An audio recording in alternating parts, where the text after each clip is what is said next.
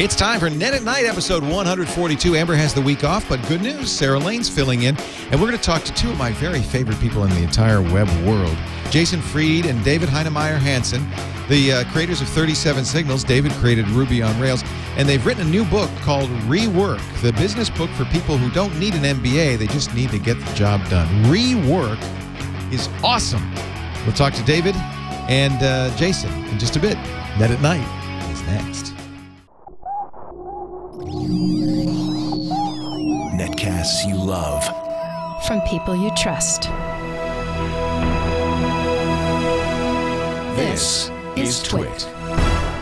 Audio bandwidth for Net at Night is provided by AOL Music and Spinner.com, where you can get free MP3s, exclusive interviews, and more. Video bandwidth for Net at Night is provided by Cashfly at CACHEFLY.com.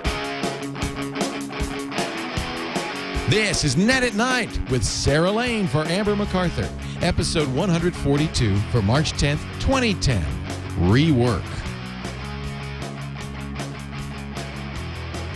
Net at Night is brought to you by GoToAssist Express, the easy way to provide instant tech support to your customers remotely. Support smarter with GoToAssist Express. For a free 30-day trial, go to gotoassist.com/night. And by Squarespace.com, the fast and easy way to publish a high-quality website or blog. For a free trial and 10% off your new account, go to squarespace.com/night. It's time for Net at Night from Petaluma, California in the USA. I am Leo Laporte. And from San Francisco, California, also in the USA, I am Sarah Lane, filling in for the lovely Amber MacArthur in the very, very not boring Toronto. She's doing, what is she on a flight? Or she's like, she gets so busy. She does all sorts of stuff. She is this fancy schmancy speaker. Right. And so she's always got these speaking engagements, and people flock far and wide to hear her expertise on a variety of things. And I believe she's having to travel somewhere for a speaking event tomorrow. She's fancy schmancying again. But Sarah, I'm so glad to see you. Haven't seen you in ages. I know. I think I haven't been on Net at Night. Well, I know I haven't been on Net at Night since the very beginning of October. There's a lot has changed in your life. You're no longer at Current TV. No, I am not. I am once again a free agent. Current and I have parted ways amicably. Not for long, I'm hoping. We were trying to get Sarah over here, of course, and sort of been talking. We'll see what we can do about that. And I saw via your Twitter, which is how I stay in touch with everybody. Yeah, totally. That your brain is good. My brain is really good, everybody. Yay! So maybe we should explain. You traveled. You did it around. I was so jealous. You left G4 Attack of the Show. And you took your savings and you traveled around the world for a year. For a year, yes. And there were two of us, so it would have been even more expensive had I been alone. But some of the countries that I went, I wouldn't actually have wanted to be alone. You know, the world, people do things differently in different countries. Yeah. So that was, yes, I mean, this is a story that's been told many times, but it was a wonderful experience, the best year of my life by far. And what ended up happening, a lot of things ended up happening once I got back to the States, but I kind of missed the day-to-day life and came back here and settled back into the tech scene that I missed, even in LA. Started working for Revision 3, blah, blah, blah, blah, blah. You know, it's all on the Wikipedia page. But one of the fun little souvenirs I brought back from my trip was a brain parasite. Ew, that's like something out of the Night Gallery. You know what? They have this show on Discovery, and it's called like, Creatures Living in My Brain or something. It's like a series that's designed to scare people. and my particular parasite was one of the featured episodes. Hey, move your mic up a little bit because I'm getting a lot of pop in. So what's amazing is that when you went to the doctor diagnosed this, which must be a very rare thing. Maybe the doctor watches the Discovery Channel. Well, what happened was I had no symptoms at all, except a headache, which, I mean, talk about freaking out. The day before I had, it's called a tonic-clonic seizure, and otherwise known as a grand mal, that's what they used to call them. Which is, it's a pretty significant thing. You're unconscious and, blah, blah, blah, blah, blah. All the bad stuff you think might happen happens. The day before, Martin Sargent and I drove up to Petaluma in my car, and I drove because it was my car to do this Week in Fun. The day before this happened. So I think to myself, oh my gosh, could have that's been just too much close. worse. Yeah. I mean, if this would have happened on the freeway, going 75 miles an hour, sorry, sometimes I push the speed limit a little bit. Don't even want to think about it. Yeah. Anyway, so that's what happened. Long story short. And you had Dr. House, and Dr. House said, "Oh, what you have here is a another little piece of trivia is that this condition, supposedly, I don't watch the show. I know Colleen could probably verify this. My specific condition was a weird thing on the first episode ever of House. Wow. I'm telling you, your doctor watches a lot of TV. Yeah, right. What they pretty much said to me was, this is very rare. This really doesn't happen in the U.S. Have you been anywhere? You know, like India or sleeping Mongolia with camels in Mongolia? Bolivia recently? Expecting me to say, of course not. And I went, yeah, actually, I sure did. All of those. All of those, all the above. So that's kind of what happened. Is it just a sort of a crazy stroke of bad luck? But the good news is that are you cured? What is? Yeah, well, you know, what happens is it's a parasite that sort of turns into this parasitic disease, and you know, it affects a lot of people differently. So my case is unique to someone else's case. So, you know, what happened to me is not necessarily the same for anybody else who has this, although millions of people have it all over the world. You just don't hear about it if you live in the U.S. The deal is that at the beginning, they said, okay, well, you now have epilepsy, and we might need to surgically remove these tumors from your brain. Brain surgery, open up your head. Oh, no. And, yeah, you know, this is all within a course of a week, and I was pretty medicated and freaked out, and I happened to be stuck in LA at the time and couldn't fly, and it was just, I mean, it's just silly. So what ended up happening was we went through a round of, it's kind of like an antiparasitic radiation treatment. It's, you know, oral pills. And, you know, the brain surgeon said, you know, if you don't have to get brain surgery, I really don't recommend it because people get out of brain surgery and they forget how to talk. You know, I mean, there's all sorts of things that can happen. It's right temporal lobe is a very, very delicate area, especially for us lefties. So that what we decided to do was go through some treatment, and it ended up that I was extremely receptive to it, and I got a pretty good prognosis in December. And because I'm about to do some traveling, I'm going to Austin on Friday, and then I'm going to Japan for a couple of weeks. Oh, that's right. I'm so jealous. That looks fun. I've been watching you buzzing about that. Yeah. Well, I'm getting all these great tips from people, too, that I know have either been there or maybe they, you know, are fans and they live there and could just give me tips. It's been great. It's like the research part is almost the best part for me. Yeah. Anyway, went and got another MRI last week. And my neurologist pretty much said, you're almost like this never happened. Yay. You know, oh, yeah, Sarah, I'm so happy. I was, you know, it's been tough. That's great. No kidding. Yeah. Thanks. I'm really happy too. And sorry to make that such a long story. I know many of you have heard this already so many times. Well, I wanted everybody to know. I just want to gloat. Yay. Good brain. Gloat. Yes, go brain. So we've got a great show. We're going to talk to the guys who wrote a new book called Rework.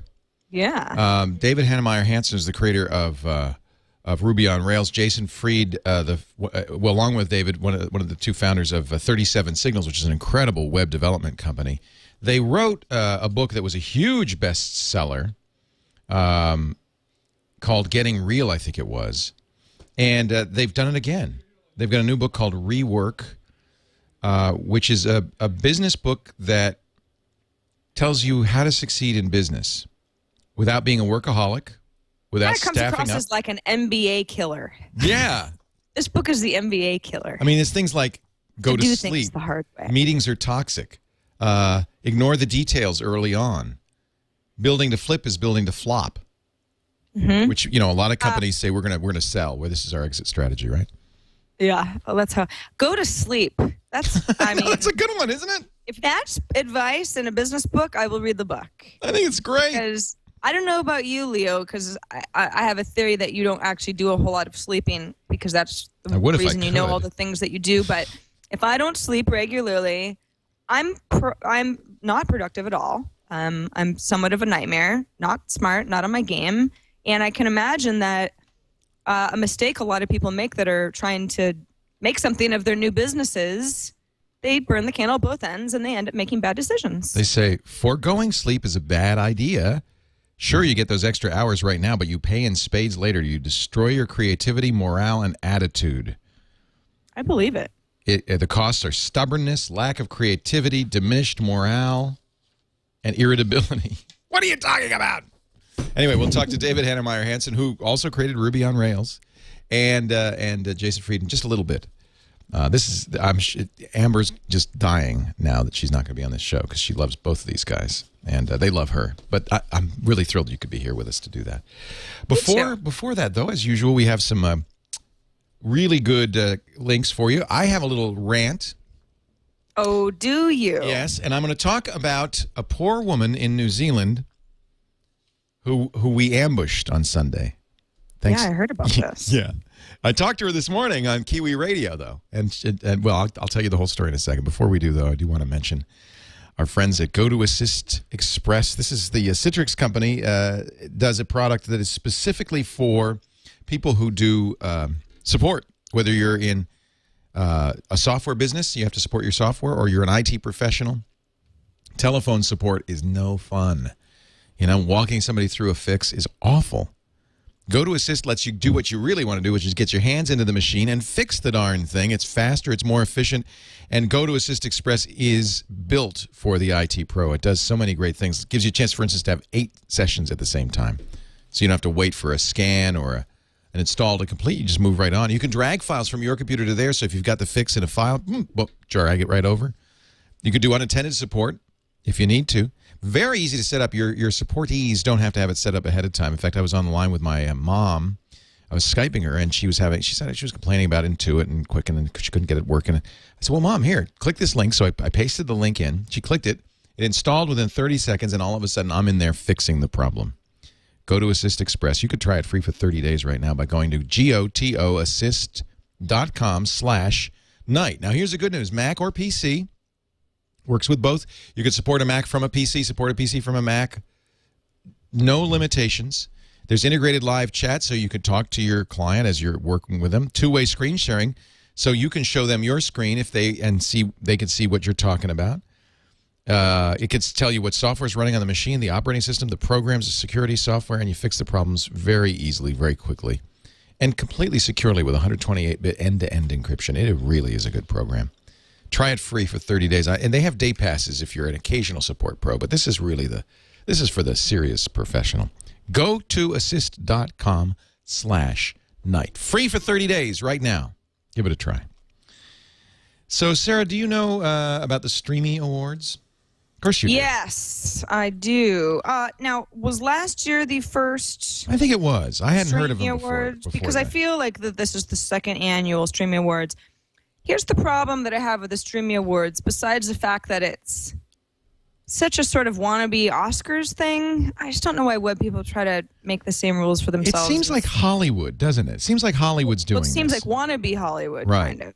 Now, I'm not saying that I don't like a good Hollywood show. I was watching the Oscars on Sunday like everybody else. That was fun, yeah. But the problem I have with the Streamies is that, well, okay, I guess you do what you want. You want to be like the Oscars for the web, fine. But it doesn't really make any sense to me why they're called the Streamy Awards, because really they're just... none of them are streaming! No. That's one problem I have with it.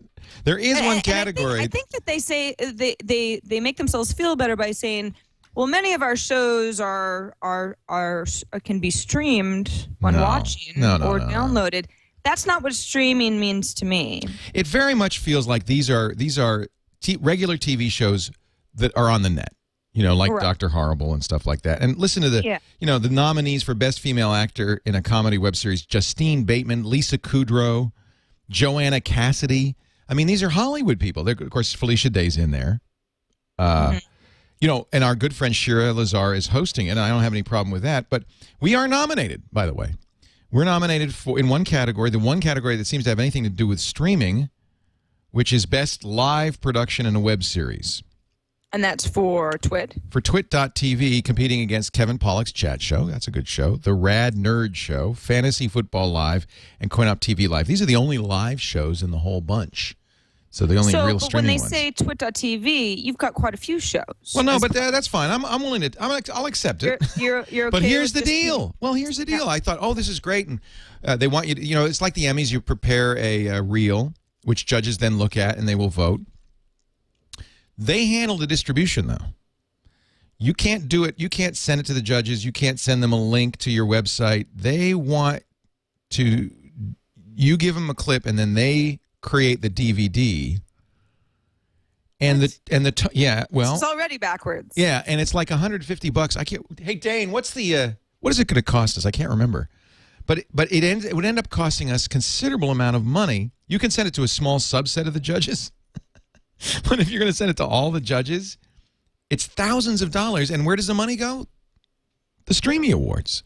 What does it cost to send $6 a judge, I think. How much a judge? $6 a judge. Oh, it's only 6. But how many judges? Well, there could be thousands. I think that there was like 2,200. 22. So we're talking $12,000 plus dollars. Yeah, there was. So let me get this straight, because this just sounds like a bunch of hoonanny to me. Yeah, well, I decided not to participate. I said, well, that's, I'm not going to give you thousands of dollars so I can get an award. Certainly not. And you have to take it upon yourself to send it to as many people who are Streamy Award judges as they send it for you. You just pay them to do it. I would like to give them streaming link. But no. Right? Yeah, come on. Stop this. Stop the insanity. How about, here's the link to my show, which I've been nominated for, so I've got apparently it's some reason being here. And you, judge, watch it, and you decide if you think I'm the best in my category. Right. And maybe we can all save ourselves a trip to I don't know. Anyway, I'm with you. It's a little too Hollywood for me. It seems a little odd. And then when they said, oh, and by the way, you're going to pay us $6 a judge to be, judged, I thought, I'm just going to pass. Yeah. So if we don't win the Streamy Award, it's fine. Kevin Pollak, good luck to you. If you do win, are you going to go up there and be gracious and do a Sandra Bullock kind of a speech about how your mother influenced you? And I loved that speech, by the way. She is just classy. Gotta tell you, didn't like the movie, but I sure do like her as a woman. Yep. I really like her. And what about that Catherine Bigelow, huh? What she shares with us. Yeah. No, I thought the movie was... I didn't see the movie. Totally overrated, but sure do like that Sandy Bullock. Tell you what. Well, it shows she's more than just a, romantic comedy person. True. Very true. Yeah, it wasn't it wasn't all about Steve. She seemed real. She seemed very real. I really enjoyed that. Anyway, so that's my rant. It's not a horrible rant. I thought, do we really need awards shows in the first place? And if we do, can we not have them be like so Hollywood? And the Webbies always bug me for the same reason. Well, the Webbies have gotten weird. They're not even, it's like, you don't even go and find out who wins. I remember going to the Webbies back in like 1998. Yeah, me too. Yeah. Something that it was a long time ago. Yeah. And it was different. It was very different. And it was wacky. And now it's like this, you already know who's getting the award, and it's over in New York. And I don't even really get it. I haven't paid attention in a few years. But there are quite a few award shows, it seems. And they've got their own little niche. And the Streamies is touting itself as, we're the most kind of old Hollywood, legitimate, glittery, we'll put out a red carpet for you, get dressed up kind of a show. But, the more people from the old, old Hollywood, makes me sound like I'm talking about Marilyn Monroe or something, but the folks in kind of the old ways of doing things, the old media folks controlling a show, which... It really seems like, to me, this is one of those shows more than the others. And then you have web people sort of going, ooh, it would be so great to be recognized by the big kids. That just bothers me. This is just, it's a newer medium. Yeah, I agree. I don't want to play that game. Backwards. Yeah, good. You're with me. I don't play that game. We agree. We agree on so much, Sarah Lane. I know. We agree. Let's get some links. I really want to get David and Jason on here. As quickly as we can. Absolutely. By the way, did you see Felicia Day? Now she's got a real job. Yeah. Speaking of Hollywood. Speaking of web people making it big in She's the in a movie. It's going to be, as I understand it, and this is kind of weird because I was confused about this at first. On Sci-Fi, it's sort of an original movie for television, which happens all the time now on a variety of cable networks. She's going to play Little Red Riding Hood, but kind of like the badass, kill the werewolves or the wolves, however spin they're going to make on it. But she's going to play the lead in this movie, which is, for her, it would be hard to say, oh, Felicia Day, sellout, because she's been trying to make it as an actress for a long time. Yeah, that's fine. And not that she hasn't already, because she has been an actress on television and movies. Right, she was in Buffy, right? She was in Buffy, as well as something else. I'm afraid I don't remember at the time. I love Dr. Horrible. I think she's really talented. I wish her all the best. McGill is very smart, and you got to love her for, she's like the Tina Fey of the web. She just decided to do it herself. Right. And it's good.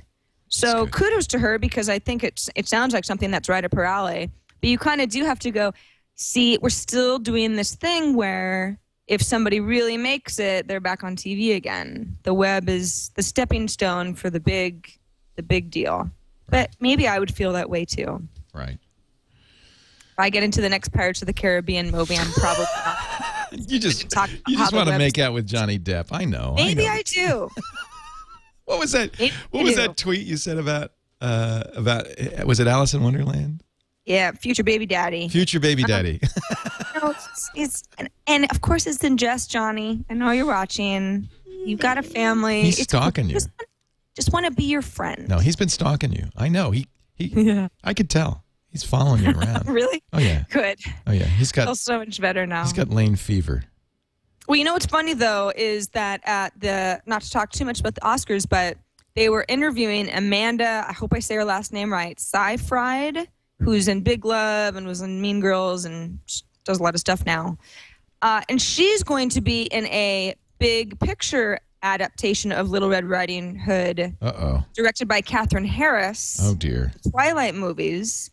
So she's kind of talking about it, and I had just read about the Felicia Day Sci-Fi thing, and I went, oh, gee, well, Little Red Riding Hood's obviously a big thing now, so there's going to be a big movie and then a TV movie, which I feel like takes a little bit of the shine off of Felicia's deal, but they were probably in the works completely independently of each other. How old is Seyfried? Because she was there with Miley Cyrus, and it was so obvious they were trying to get the Oscars to appeal, and then they mentioned, and coming up, the cast of Twilight. Like, I care.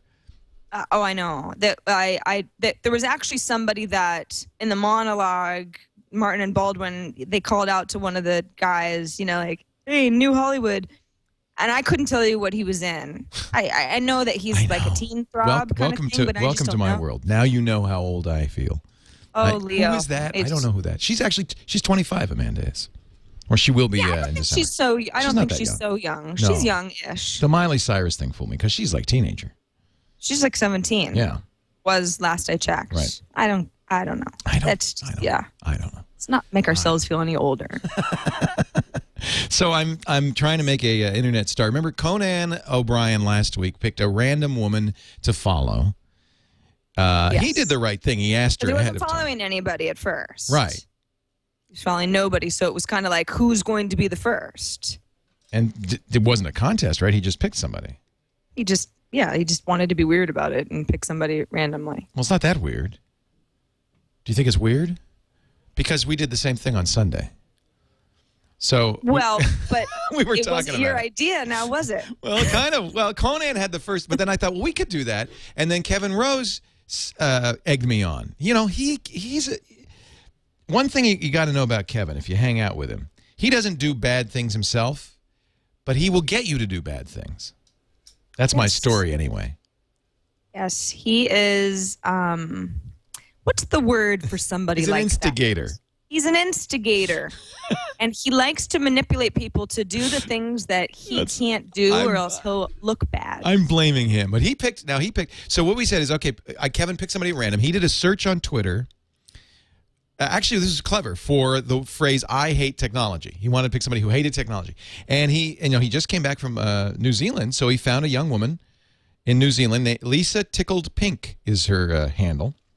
She was following 3 people. She had tweeted once, and it was, "I hate technology." And so we said, follow her. She now has as of this recording, 13,818 followers. Amazing. Conan's woman is only 15,500. I want to get to 100,000. For Lisa Tickled Pink. For Lisa Tickled Pink. Now, I met her this morning. I did she's from Auckland, New Zealand. The Radio Whammo in Auckland. Very nice guy, Glenn Williams. I've done an interview with him before when the New Zealand blackout campaign was going on. Called me, said, I want to bring her to the studio. So he did, and I did the radio show this morning and met her. She's a very nice person. She's a design student at the university there. The reason she was on Twitter was an assignment. Her professor said, you've got to create a Twitter account. So this poor woman, I said, well, was it, you woke up Tuesday morning and what? And she said, I had, 5,000 emails from people who had followed me. Because she had notifications on. She had notifications on. I said, if there were any cost or problems, I will cover it. And to thank her, I said, well, I'm going to send you April 3rd when the iPads come out. I'm ordering one for you, and I'm going to send it to you. Oh, Leo, that is so nice. Well, I felt terrible. They're not going to have iPads in New Zealand for a while, so I thought, well, I'll send her one. And in order to get this count up, I'm going to take at random somebody who's following Lisa Tickled Pink. Jason Calacanis has a random Twitter follower picker. And I will pick a random Twitter follower of Lisa Tickled Pink, and that person will win an iPad as well. So I think this is a fun campaign to get Lisa Tickled Pink internet famous overnight. And she's actually, she's neat. She's doing a project combining people in Chile, Ireland, and New Zealand. It's a web project. She's a designer. So she's a very nice person. I really enjoyed meeting her, and she's being a very good sport about it. Well, here's the thing. I think initially the sort of email freak out, oh gosh, I've been hacked or whatever. No, she thought she did something wrong. Yeah, where you don't know what's going on, and so I had heard about this. I went over to her account, saw that it was locked, and thought, okay, well, she doesn't want to play. But she unlocked it. And then, eventually, obviously, she figured out what was going on. She is cute, by the way. She's adorable. She's got the great Kiwi accent. She's fun. I love that. I like it better than the Aussie accent. No offense to any Aussies, but there's something about the New Zealand one that's even cooler. It's really cute. So if you want to see our interview with her, it's on youtube.com/twit. We put it up on our YouTube account. You can watch our conversation with Lisa Tickled Pink and Glenn Williams there in the studios at Whammo Radio in New Zealand. And part of what I like about this is just kind of the global nature of it, And the serendipity. Talk about how many folks decided to. Yeah. Well, the thing is, too, you say you feel bad about doing it because I don't really know why. Not only does she get many followers, as you know. Yeah, she said, what do I do with all these followers? Most people's Twitter accounts, It takes a long time to get up to 13,000. Right. Most of my friends are nowhere near that. Right. And she gets an iPad. Yeah, so she's actually she's doing all right. It's like totally making out here. I feel like I've made it good. And by the way, I asked her why Lisa Tickled Pink. She says, well, I like to wear pink, and she was in fact wearing pink when we talked to her. So now she's wearing pink and tickled. And she is tickled. So yeah, I feel pretty good about how it came out. And Kevin did a good job picking somebody completely at random. It was pretty funny. Hey, was it really at random? He was just in New Zealand. Do you think he knows her? Like there was something going on there? No. You never know with him, but I doubt it. You never know, though. No, I don't think he met her. He didn't get to Auckland. He did. You saw that crazy bungee jump that he did, though. I sure did. Yeah. Now, you have never done the bungee. No, never gonna do the bungee. Me either. Now, I've gone skydiving, and that was scary but fun. It was one of my life goals, and I did it, and I don't really have an urge to do it again. Wait, where did you do it? The bungee jumping, the skydiving? Yeah. Down in Hollister. Oh, you did it here? Okay. It wasn't part of your world tour. Here. Oh, okay. No, this was years ago. It was like, I don't know, I was bored in college one day on skydiving. But the bungee jumping doesn't appeal to me, and even watching his bungee jump, as amazing as it was, I feel like at the moment he jumps, and he does a real nice jump, very gazelle-like or swan-like, whatever. It looks like, in my mind, I think this is it. Life is going to flash. It's going to break. I just don't know. No bungee. That's 400. No bungee. 433 feet. Ugh. 430. That's 43 stories. Wow. No. Why is it we always end up talking about Kevin Rose, by the way? Can we stop talking about Kevin Rose? I'm getting jealous.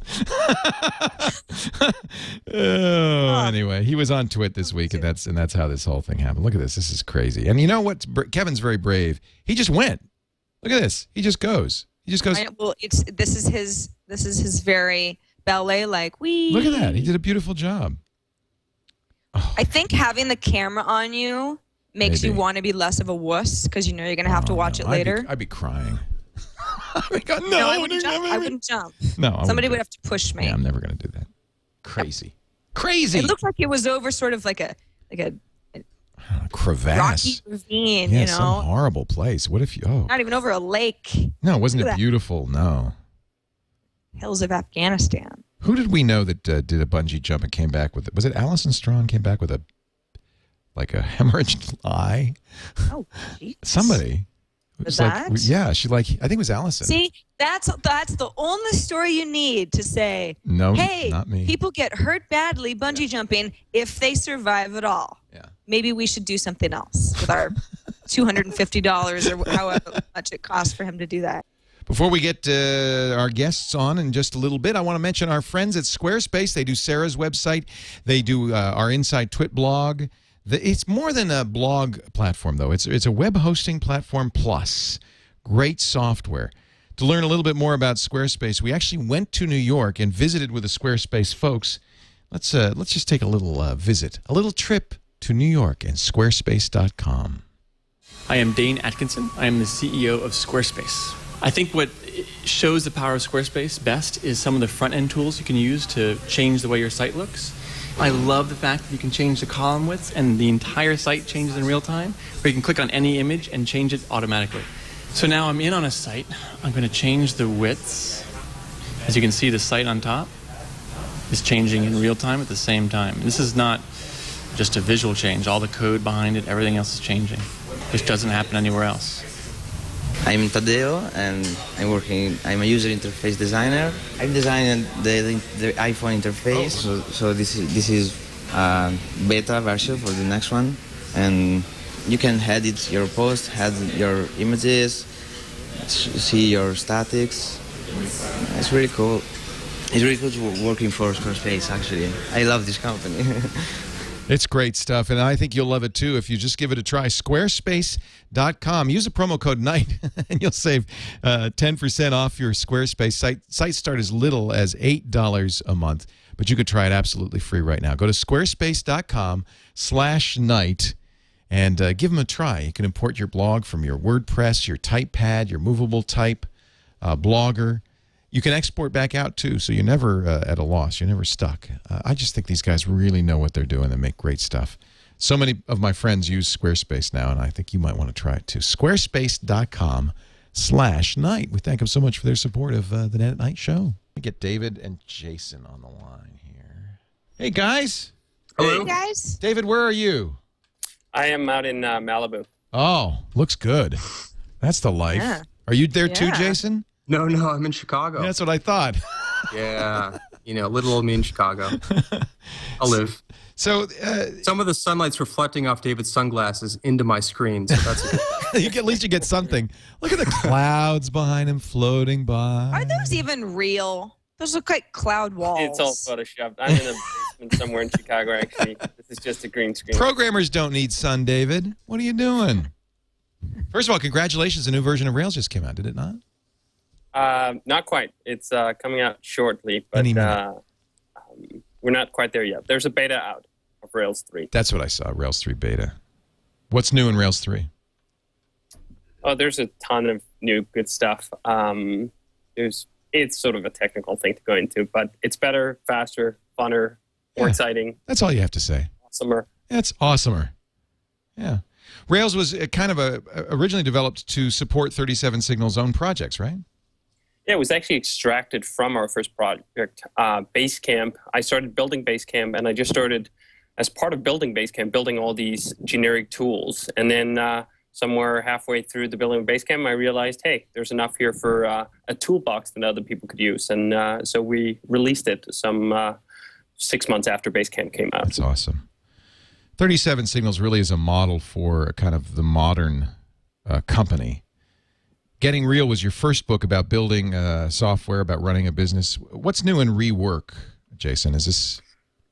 Yeah, so Rework is really more about business. Getting Real was more about software development. So it only applied to a small portion of the audience out there. And Rework is really about business. It's not about software. It's not about design or programming. So it can apply to a variety of businesses, from restaurants to dry cleaners to any small business particularly, or a group inside of a larger company. We were just, Sarah and I were just going through the some of the chapters, and we really like the one about get more sleep. Yeah. That's important. I mean, especially when you need to look pretty in Malibu. You need to sleep well. Absolutely. I need my 8.5 hours. Otherwise, it's just not going to work out. This world just doesn't come by itself if I get less than that. But really, the point of that one, though, of course, is that there's sort of this obsession with workaholism, especially in America, where people are just working longer and longer hours, and they think that they can keep burning and burning and burning more. But you can't really compartmentalize burnout.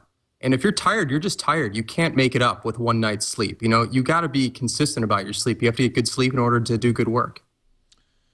Couldn't agree more. That's not the gist of the book, by the way, sleep more, but it's just no.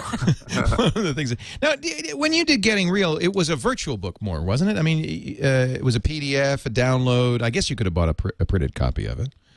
It was a PDF originally, and then we did a paperback with Lulu on demand, right. And then we also give the book away for free as HTML online. So it's paperback, PDF, or free. You're doing the same thing with Rework, or is this is more like a real book? Rework is a real book. There's a hardcover in the U.S. I think there's a paperback in U.K. It's available, I think, it's going to be in about 10 languages. There's also a Kindle version, and there's an audiobook as well, which you can get on iTunes or Audible. Oh, good. We should have made that our Audible pick. Well, you can soon. I will. Yeah, okay. It's going to be an Audible pick. It's on Audible now, yeah. This is stuff that you learned, though, during doing 37 Signals? Yeah, the book is really... stuff was extractions, and that was one of the things we've been asked about. What's in this book? Is it's just rehashing of the old ideas?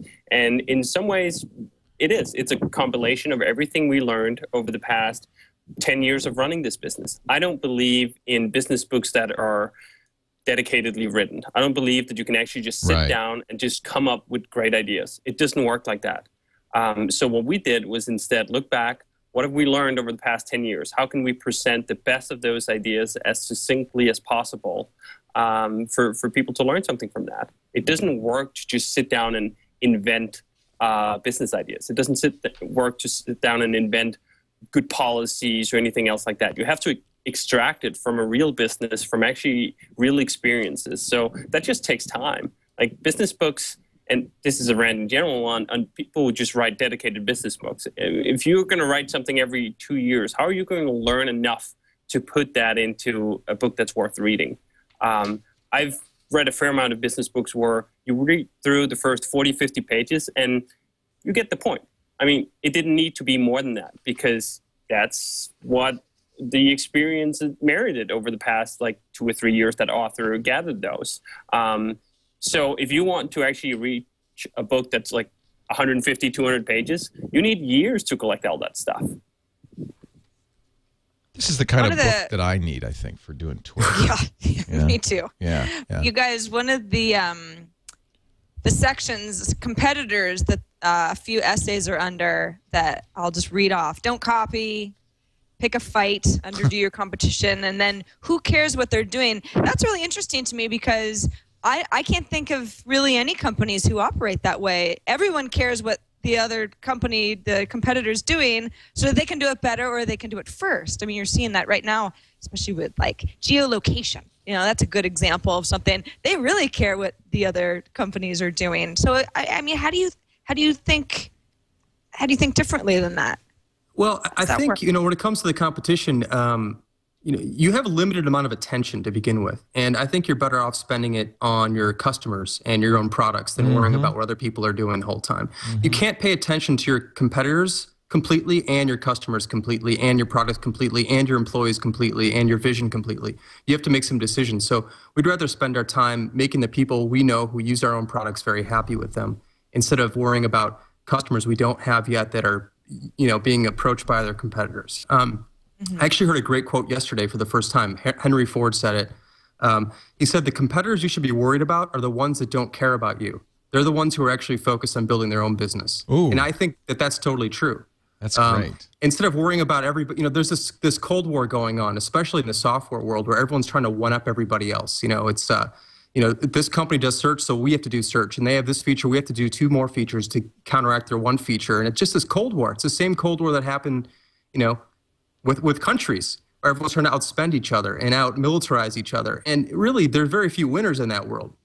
So and everyone ends up looking the same. Everyone looks the same, and it's very expensive. It's very, very hard to win a Cold War. Incredibly expensive, super resource intensive. So we just feel like you're better off just stepping out of that game and focus on the things that work for customers that like what you do, and leave it at that, and you can do really, really well that way. So you think somebody like Apple's making a mistake, say, by suing HTC or worrying about HTC ripping them off? I think they're absolutely making a mistake. I think that it's just a huge distraction. It only shines the light on HTC, that they're apparently a threat to Apple. Right. And Gruber wrote this up recently at Daring Fireball, and I think he did it wonderfully, that the place to take this fight is in the marketplace. Yep. Apple is already so far ahead with the iPhone. Why are you guys running scared about this stuff? It just seems like it's playing right into HTC's hand, and if I was HTC, I'd be happy about that suit. I mean, not if they actually end up losing $400 million. Maybe I wouldn't be so happy, but the attention and the PR around it is fabulous. It's not a good long-term strategy. So I mean, I've been devouring this book because for the first time in my life, I'm an entrepreneur, which I never thought I would be. I'm a businessman. You kind of say that business is like software. What do you mean by that, Jason? Well, here's the thing. It's like businesses should be malleable. We're not building bridges here. We're not building skyscrapers. You're building a business, a company that can change. It can iterate. You can try new things. We try new stuff all the time, and some stuff works, some stuff doesn't. Our business itself has bugs. Things aren't right all the time, and you fix them as you go. I think when people think of their business as this monolithic structure that has to have a lot of structure and has to have a lot of policy and a lot of rebar in it so it can't change, then you're kind of screwing yourself. So that's sort of why we like to think of business as software. And you have different versions over the years, and hopefully it gets better. And that's kind of how it goes. Iterate. It's a key counteract to the notion of this is how we do things around here. Right. There's few phrases I hate more than that phrase. Like that in itself, justifying what you're doing by what you're doing is so circular and wrong that it's just incredible. But you hear that all the time. People are sort of trapped in their existing ways of doing things, and that comes from treating your company more like a building than and a piece of source code that you can refactor and change and add and subtract from. Right. I'm just I want. It's funny because one of your reviewers, was it Kathy Sierra, said, I want to rip out every page and tape it to my wall. And I almost want to read it because it really is, the way it's structured is very simple. It's kind of one idea a page or a page and a half. And you really just want to stop and go, oh, wait, okay, let me think about that for a while. And then, no, don't stop. Don't stop. Don't stop? Keep going. Keep going? No, really, the whole thing with the book is it's short. It's a short book. It's a quick read. You can finish it in a few hours. Because aren't you supposed to be doing something? Like there's these business books that take you a week or 2 or 3 to read just seem like a waste of time. That's a good point, yeah. The whole point of this book is to give you some ideas and make you think a little bit and then get on with your job and get on with your work and do something. It's not to sit in front of our book for weeks at a time. You say something that is kind of contrary to what a lot of people tell me, which is learning from mistakes is overrated. You say failure isn't necessarily a good thing. Yeah, there's this weird obsession, especially in the tech world, with failure. Yeah. Everyone's telling you to like fail early, fail often. Fail up, they say. What is like that? Yeah, what is that advice? Fail often? What kind of advice is that? And when did that become this accepted advice? And that the idea that failure is a prerequisite for success, or it's a character builder. People feel like they have to get failure out of the way, as if you can get it out of the way. I mean, I don't understand that point of view at all. So our take is that there's certainly something to be learned from failure. There's no question about it. But you're better off learning most of your lessons from the things that work well. That you should learn from your successes. Focus on the things that have gone right for you and do those things again. That's where we think the real lessons are. And I think the key part here is also, if you think that failure is so natural that it should happen to you, you'll start picking really bad business ideas and not looking at the odds. Yeah. Well, failure is going to happen anyway. Why try to improve my odds? Why try to just have a better shot at making it? If I'm going to fail regardless, I might as well just go for the moon. I might as well just go to see, hey, can I build $1 billion business? I mean, I would fail anyway, so why not? Well, yeah, you make a really good point that I'm taking to heart here, which is, we always talk and focus so much on growth, but that's not necessarily always the best idea to grow as big as you can. Yeah, there's a weird obsession in the business world with growth again, or building $1 billion company. Like, why? Like, what's the point, really? I mean, you could say the point is $1 billion, but what's wrong with $1 million? When did $1 million become a small amount of money? When did having a business that generates $10 million a year not become a good, cool thing to do? I don't understand this obsession with big all the time. And typically what ends up happening is people aren't really that happy working at these big companies. And the big companies are very slow, and they're not really innovating. Right. Most of the innovation, when you get to these really big size companies, they have to acquire innovation by buying the small guys. The small guys are where the innovation happens. That's where the excitement happens. And I think you can do that, and I think you'll have a much better time doing that. It's a lot easier, too. Like David was saying earlier about the odds. I mean, the odds to create a small business that does very well for everybody involved are significantly higher than building $1 billion company and, not getting any sleep along the way. So play the odds, build a great little company that's doing incredibly well. You can generate millions of dollars a year in profits. Who's going to be ashamed of that? And you can enjoy it, and you can get to sleep. And that, to me, is really what it's all about. I've often... I think that's what's keeping a lot of people from following a variety of dreams, is that it just sounds too hard. It's too hard, yeah. Yeah, it does sound hard. There's too much infrastructure. There's too much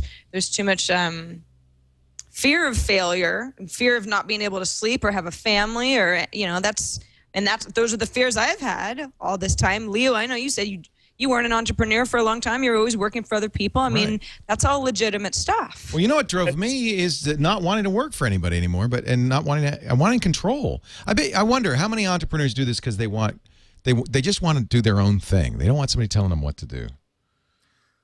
Probably. Yeah, go ahead, David. Key misconception here is also that to be an entrepreneur, that word in itself has so many bad connotations. Right. It means risking everything. Right. It means putting your family at risk, putting your healthcare at risk, putting all these things at risk because you have to go all in right away.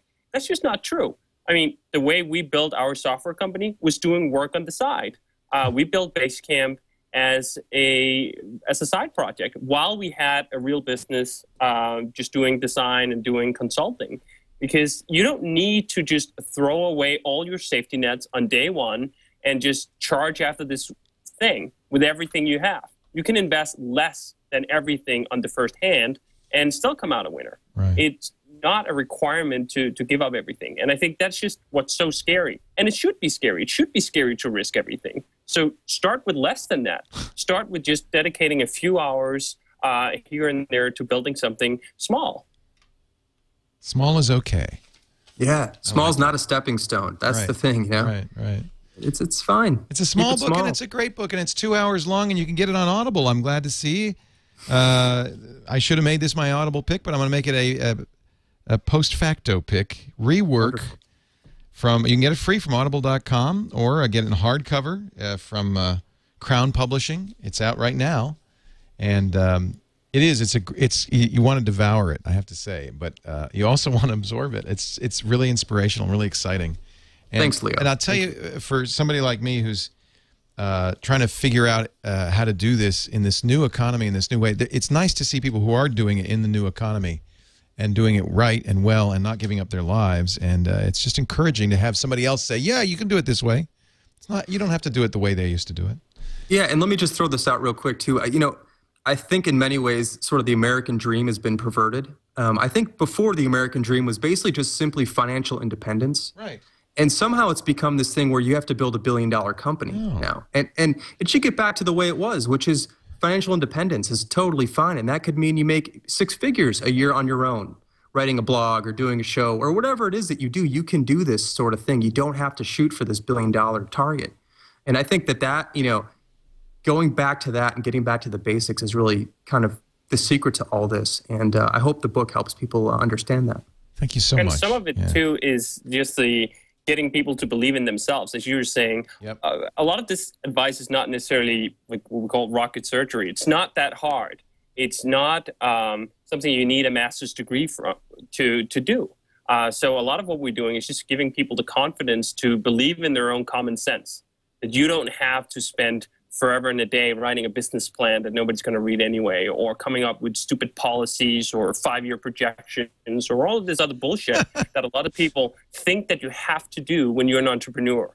These are the requirements to be real business. It's great stuff. Rework, the name of the book. 37signals.com/rework is the website, but you can find it in bookstores, as I said, Audible, Kindle as well. And David Heinemeier, Hansson, and Jason Fried, it's really nice to talk to you once again. Thanks, Gus. Yeah. Great to be on. Yeah, you've always been a great inspiration to me. And I'm sorry Amber's not here because I know she's a big fan, too. Well, soon. Yeah, we'll see her again soon. Get you back. Yeah. Take care, guys. Thanks, guys. Thanks. All right. See you. Bye. Bye, Jason. Bye, guys. Bye, David. I'm actually glad Amber wasn't on because you get to be. I learned a little something. Yeah.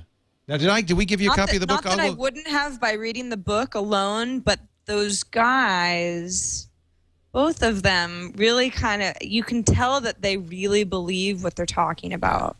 They're actually two of the coolest people in the business. I mean, that means a lot to me because I tend to, full disclosure, it's like I'll go business book and somebody's just trying to make a bunch of money by telling other people stupid stuff that's very obvious. Yes. I think David made that exact same point. Yes. It's like, 50 pages into the book, you go, I get what you're doing. You don't really mean this. You're not really helping me, or it didn't have to be this sort of long and bloated.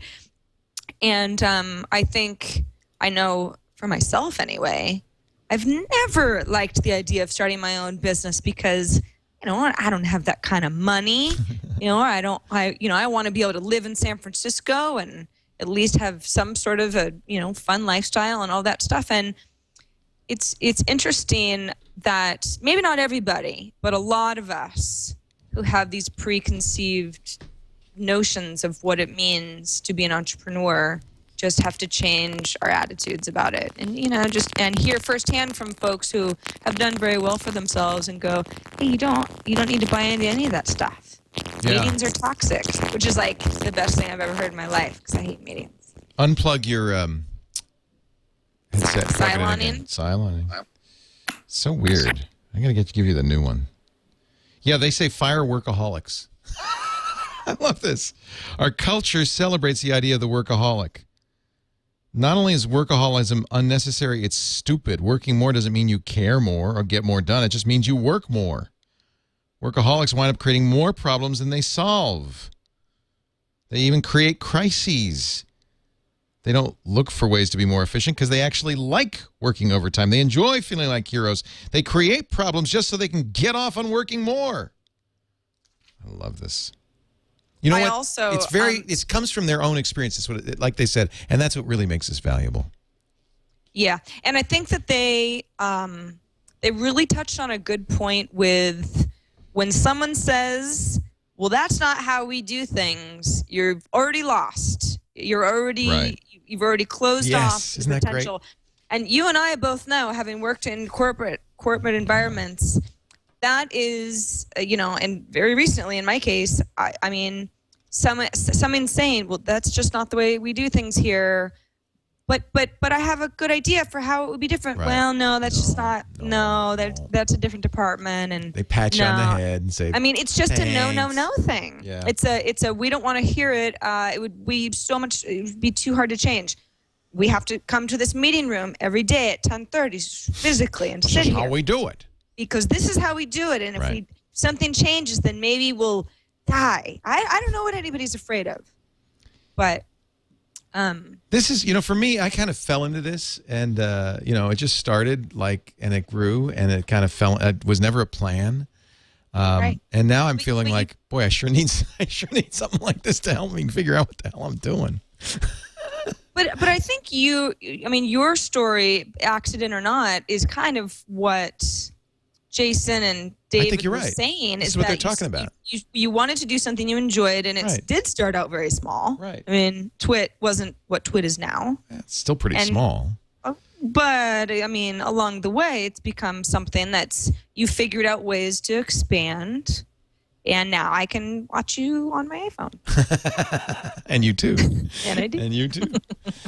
Let's see, real quickly, you've got some links on these are really interesting. What is this Media Gazer?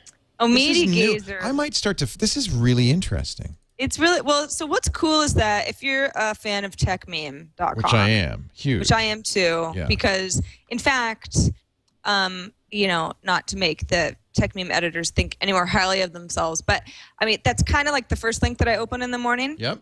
Because I just want a general idea of what people are talking about. And tech meme, for the most part, is very tech web business oriented. So it's a really good sort of snapshot, algorithmic and also, editor driven of the tech world and what everybody's talking about and who's mad at who and blah, blah, blah.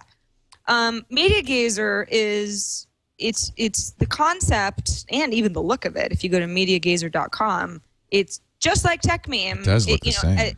Yeah, I mean the way that it's structurally set up is almost indistinguishable, except a different color palette, which is actually good because if you're used to TechMeme, then you kind of understand. What the hell? Yeah, where do I gaze? Where's the media? But what's nice about it is, and this is, Media Gazer is the sort of thing that I think will appeal. It appeals a lot more to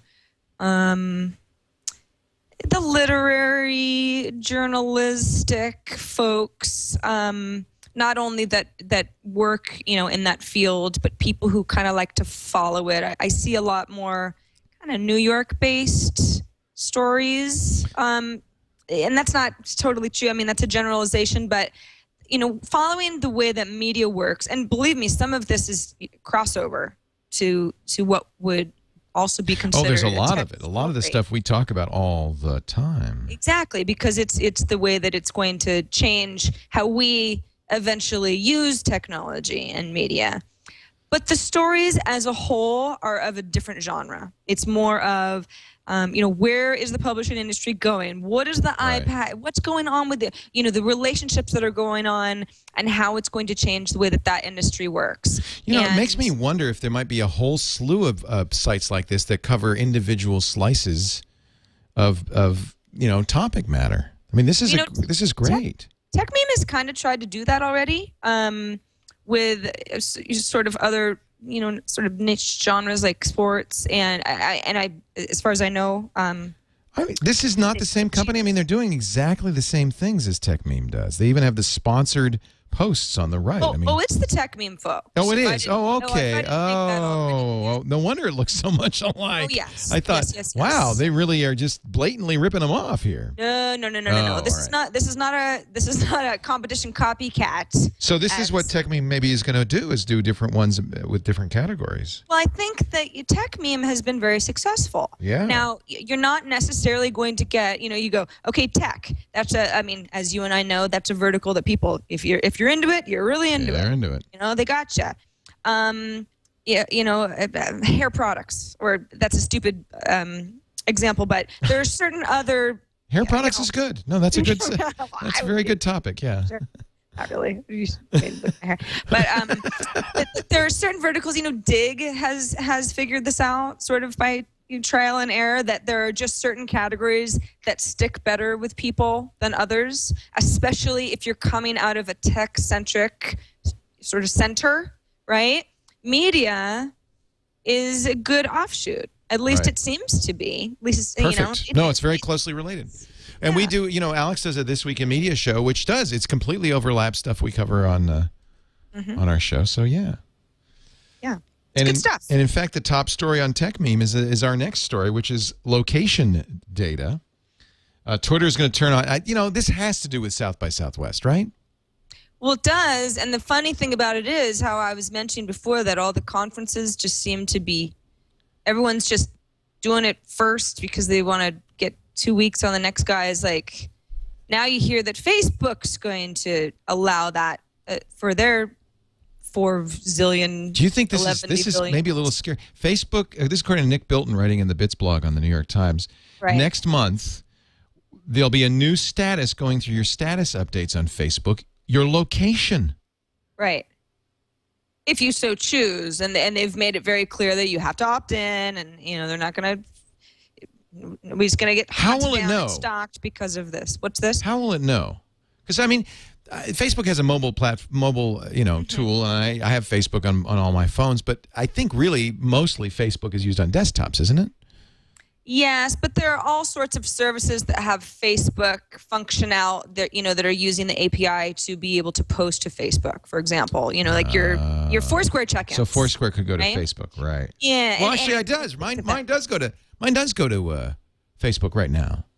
Does it? Yeah, when I check in, all my stuff off because I check in a lot of places, and I feel like it'll annoy people. But I love annoying people. That's what I live for. Twitter and Facebook. It's like they're just. It's one gets something and the other gets something, but Twitter is going to have this. This actually is already functionality. I've seen it in my stream. A few people, there's this little sort of blue pin that's near their, the time of their status updates, and you click on it and you see the map. And of course, this is something that you have to turn on in your Twitter settings as well. That will be functioning at South by Southwest. The Facebook stuff isn't going to come till later, not much later. But still, it sort of matters because, people will adopt something that they understand right away. I mean, you and I, we'd float around joining everything. Oh yeah, that's what we do for a living. But for the most part, you try something and it works, and you go, okay, that's what I'm going to do. And maybe it's just the first thing that you try. So it is very interesting to me that it'll be interesting to see how this all works for the little Foursquare and the even littler Gowalla, which, really aren't that little, but I mean, they're not of the size of these big companies at all. And the big companies go, oh, okay, geolocation. We got to add geolocation into this sort of thing. So it's like, do you like your little service that just does the one thing well and maybe expands a little bit, but is sort of the gamey aspect of it? Or do you want it just all into this huge conglomerate of location and status updates and photos and everything else? What my answer is. I've kind of become a fan of these kind of specialized, like Blippy, which is a specialized Twitter that says what you spent money on. Mm-hmm. And my newest thing, and Robert Scoble, of course, turned me on to it, is Plancast. Do you know about Plancast? Yes, in fact, I have been using Plancast, not really for very long. I like it. But quite a bit now that everyone's planning their South by Southwest through Plancast. And what Plancast is good for is it's not like Evite where you have to RSVP and you'll keep getting bugged about it. And it's not like a Facebook event, because Facebook events, I still don't think work right. Right. You get, you're invited to an event. And too complicated. It kind of goes away, and then the event planner has to send you like a Facebook email if it needs to be updated, and there's too much clicking going on. And I've never really felt like that worked very well. I miss things, and Plancast is pretty dead simple, and it's kind of like there's no real, there's certainly no RSVP on your part that you have to engage in. You just kind of go like, yeah, sure, count me in. It's a stream of the stuff that you and your friends do. So very much like Twitter, but instead of being just random posts, it's stuff you're going to be at, you're going to do. Yeah, stuff you're going to do. Perfect for South by Southwest, because I can see who's going to which events, and then I've been scanning through them and saying, oh, I want that one, so I'll add it. Right. And in South by Southwest, of course, is a lot of events and parties in a very short amount of time. So, of course, right now, Plancast looks very eventy. Oh, yeah. But let's say we all get home and we're back in the Bay Area or wherever it is we all live. And, you and I say, hey, you know what? Let's go see Alice in Wonderland. I could see that you were going to be going to it, and I would see that. Yeah, and it's something that I think, hey, more the merrier. This is where I'm going to be. Just come if you want. And we can, by the time it's time to leave for the movie, I might sign on and go, oh, cool, there's going to be some other folks there. We'll say hello. So it can be really casual. It doesn't have to be somebody's birthday party or a big, Facebook conference or whatever. I've really become a fan of this. Yeah, I've really become a fan of this. And between that and Blippi, I really see there are going to be a lot of these. I guess really maybe there's going to be too many. We maybe have to have a shakeout again, but of different kind of specialty Twitter things. Yeah, I like the it always makes me a little uneasy when one service does it all, because it is convenient, yes, but then I don't know. There's just the one service. Okay. And do they really deserve all of that? I guess it depends on how well they do it. It just makes me uneasy. I'm not sure if I can explain it right. But at the same time, there's only so many hours in the day. And there's only so many services that do one thing really well that I can put my time into. See, I see, for instance, Leah Culver is going to have a cupcake social on Sunday afternoon from 4 to 6 at the tiniest bar in Texas. See, I want to go to that. You want to go to the cupcake social. So I'm going to say count me in, and now it adds me to the list of people going to that, along with 181 other people. So you can see who's going to be there. And that's it. That's all you had to do. That's it. I just clicked that button. That's all you had to do, and then you sync it with your iCal, and you're good to go. You never have to really think about it again. You're just going. It was a really good way for me to figure out what I want to do in Austin. I may have some duplications, but at least now I have this list of things that I've said, yeah, I want to do that. And it includes, by the way, not just parties, but conference seminars and stuff like that. Oh yeah. Yeah. I mean, anything that has a start time, really. I guess I should start putting my shows in there. We could all meet. Yeah. You gonna be here? Yep. Well, we better get an end time to this show, because as much fun as I'm having, I hate to stop, but got other stuff. I have to go do a new TV interview anyway. Oh yeah, what's that all about? I don't know. I'm not sure. I hope they don't sandbag me or anything. Well, I don't that's know. Cool. No, they're cool. They're cool folks down there. I think they just kind of want to. I think they might be interviewing a variety of people about just kind of web video, working in the industry, and thoughts and feelings. I've got a lot of those, so I guess I'm the right person to talk to. One last link from Sarah Lane, fav4.org. Fav4.org. This is about as simple as you can get. It's the simplest thing in the world, and that's a good and bad thing, because what you do is Fav4 is the little gimmick is when you launch your browser window, whatever browser it is you're using, you probably just have four main things that you're going to want to check before you start going into surf mode. These are just big buttons. So these are just big buttons that will link back to your favorite things. And of course, down in the, so when you go through your options and you click on My Fav4, then you see that, there's 1,000,001 services that this is so silly. I know, isn't it the silliest thing? Well, at first I looked at it and I went, my first reaction was, wait a second. I can see that with my homepage, can't I? Where's the customized URL? This is ridiculous. Why, I would want to have saralane.com be one of my big four. That's just so stupid. But then I thought, well, you know what? This isn't a service for me, but I know people that would really like the simple kind of, I don't know. It's I hate to say, oh, it'd be great for my grandma, because my grandma wouldn't even be able to use this, but it'd be great for a lot of folks who like the idea of having 4 places that you just, it's right in your face when you launch your browser, you don't forget to go. Or if you take it a step further, what I find that I get into the habit of doing is I go to the same 10 sites over and over and over. And I like them and I get a lot out of them. But because of my habits, I realize that I have sort of stagnated and I'm not, I'm forgetting about all the other good stuff that I don't go to. So what if you were to force yourself to pick 4 new homepage, well, not homepage, start page options, on any sort of regular basis, and kind of just to keep, your eyes on things. And this is, again, for people who maybe aren't into the RSS readers as much. They kind of like the visual aspect of it. I think it could work for, you got to be the right kind of person, but I think you could make it work for you if you're sort of bored with your setup now or are into discovery or want a big ESPN button on your browser window. That wouldn't be me, but maybe it's you. Miss Sporty Spice. Oh my gosh, I actually do love sports, but I don't read ESPN.com on a regular basis. No. What's your favorite sport? You like baseball, don't you? You like the baseball games, don't you? Oh, yes. Oh, yes. Me too. Because it's pastoral and it's calm. They see the Giants. They're looking good. That's what spring training. I used to say that my 4 favorite words in the English language: pitchers and catchers report. I always love spring training. Yeah.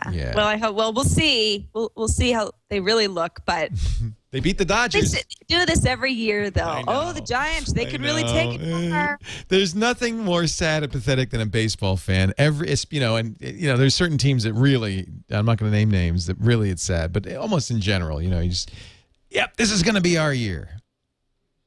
Yeah. It's going to be our year. Yeah, Sarah, as a 49er fan, I've been saying that for a while, too. It's going to be our year. Maybe this next year is the golden year. Yeah. Sarah's website, sarahlane.com. That's where you can keep up on her. You can also follow her on Twitter, SARAHLANE. Very good. And soon to be we'll see, a venue near you. Let's hope. Yes, she's pointing. Here's hoping. There I am. I gotta change that picture. I don't even look like that anymore. Yeah, but that's cute. That was on the Attack of the Show, I think. No, that was Pop Siren on Revision 3. Oh, that's Pop Siren. Okay. Yep. It's cute. It's a cute picture. I like the black and whiteness. Well, yeah, It's the new hotness. I'd change it up. Sarah, you're the best. We'll see you soon. Thank you for filling in. We really appreciate it. Leo. Thank you for joining us, everybody. We'll see you next time on Net at Night.